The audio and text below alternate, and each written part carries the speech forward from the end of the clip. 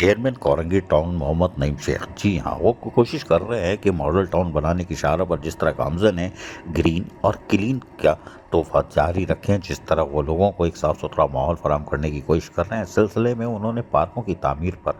मुसलसल तवज्जो मरकूज़ की हुई और महकमा बागात को हिला के रखते हैं ताकि लोगों की दहलीज पर उनको सेहतमंद माहौल की फराहमी और लोड शेडिंग के औकात में ख़वातीन, बच्चों और बुजुर्गों को साफ़ सुथरे माहौल और पुरफ़ज़ा माहौल में पार्कों में आकर वक्त गुजारने का मौका फराहम किया जा सके। इस सिलसिले में महकमा बागात ने आज भी बेनज़ीर शहीद पार्क को महकमा बागात का अमला खूबसूरत बनाने के लिए यानी इसकी तज़ीन और आराइश पर मजबूर है और खूबसूरत पौधे यानी फूलों के पौधे उनको लगाने के काम को तेज़ी से जारी रखा हुआ है। डायरेक्टर बागात मुइंजत हों या ओवरसीयर हों या माली हों, जो भी है उनकी पूरी कोशिश है कि चेयरमैन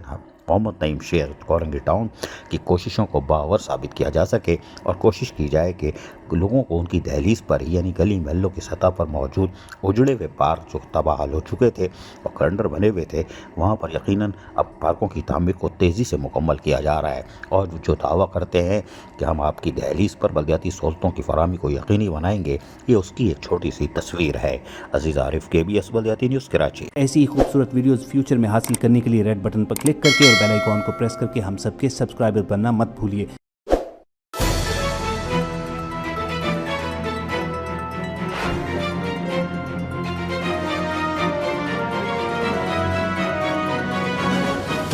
KBS बलदियाती न्यूज़।